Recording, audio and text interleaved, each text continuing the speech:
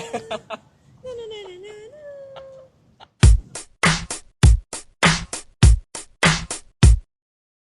What made you want to write a musical about secondary school life? I didn't. I mean, What do you mean? the answer to that is, the short answer to that is Huzir Sulaiman. Because shortly after becoming associate artist with Checkpoint, it was Huzir's very first idea. Weish, can you write a musical based on your secondary school experience as a teacher? Because I guess through my long relationship with Checkpoint, working through various other projects, generally contributing sound/music, I guess I never realized I always came to these meetings and rehearsals with stories of school while I was teaching, either very silly, funny stories about silly things students do, or like really heartbreaking stories. And Huzir remembers so much of them to the point that this was his very ardent request that I try. And I refused him for a while because I was like, Huzir, I don't know, man. I've never done it before. I've never written a long form play, and it just didn't seem like something I could do, or I wasn't even sure if I wanted to do it because I identify more as a musician. And so sauntering into a playwright space is like a huge anxiety and the source of a lot of imposter syndrome. So it took a lot of coaxing and a lot of him saying, just try lah, give me 2 scenes this week just for fun. And like slowly he chipped away until we booked the theatre. Yeah. But I'm really glad he did. How much trauma did you have to tap into writing this musical? Quite a lot, and it wasn't even that conscious. It all just came tumbling out of me in this mass catharsis.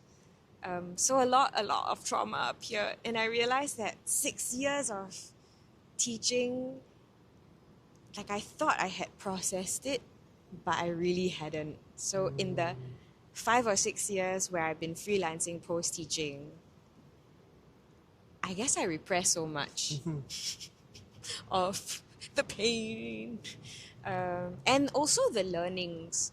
You know, realizing how flawed I was as a teacher, what I should have done differently, how I could have survived if I were, if I had framed certain things better, if my empathy wasn't so misguided but more real.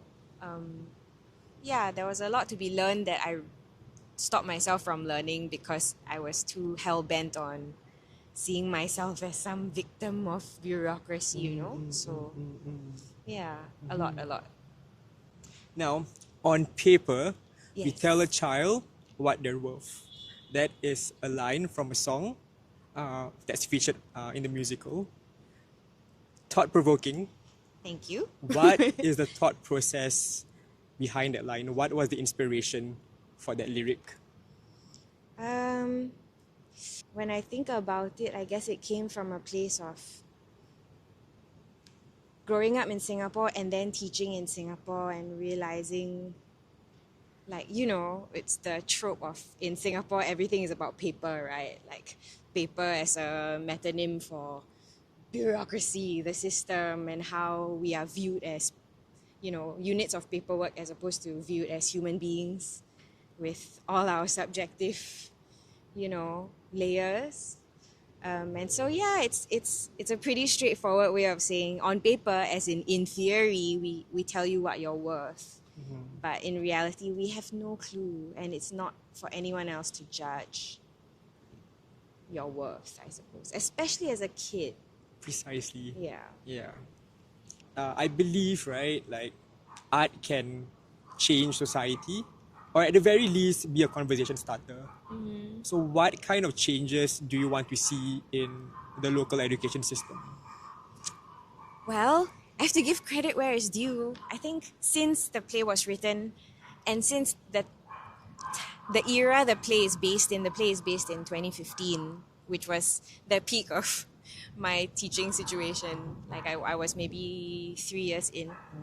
So a lot of the issues are being addressed by changes in policy such as subject-based banding. So streaming is being abolished, and now you're being streamed. You go to classes based on your aptitude of that specific subject, which helps them differentiate pace of learning without stigma and label in such a concentrated way as we used to with gifted, express, Yeah. normal. That's great. I think that's been a huge thing. I think it's perhaps a coincidence or not that came shortly after Faith Ng's normal. Yeah. And I like to think that art had a role to play in reform. But of course, there's still a lot to be done. I think class sizes are the major one. Where Singapore kind of falls behind other countries in that respect, and it makes such a big difference to the quality and the attention and the care that students get, really, relative in ratio to the teacher.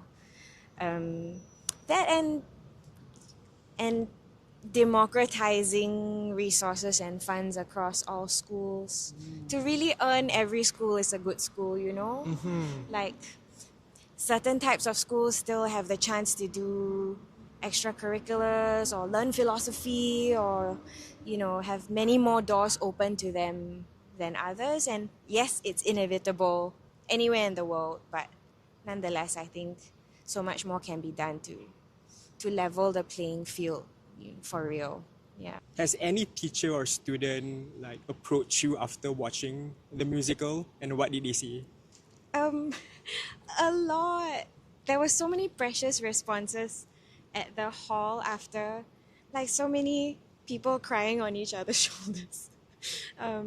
So many teachers who came up to say they felt seen on a different level, and it was a huge sigh of relief for me, because I think the biggest anxiety of writing several stories that try to represent people who are not yourself is wanting to do justice and wanting to represent fairly, experiences that sometimes, is it for me to say? I don't know if it's okay as a privileged Chinese person who went through certain types of schools, telling the stories of some of my ex-students or telling the stories of some of my ex-colleagues, whether I would ever be insightful enough or whether I deserve to be telling other people's stories. You know what I mean?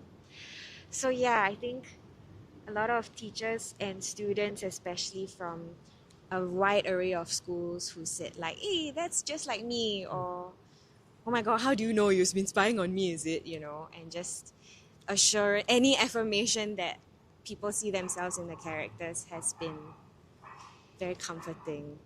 Yeah. And I think that's the most rewarding thing, isn't it, as Yeah. a writer? Yeah.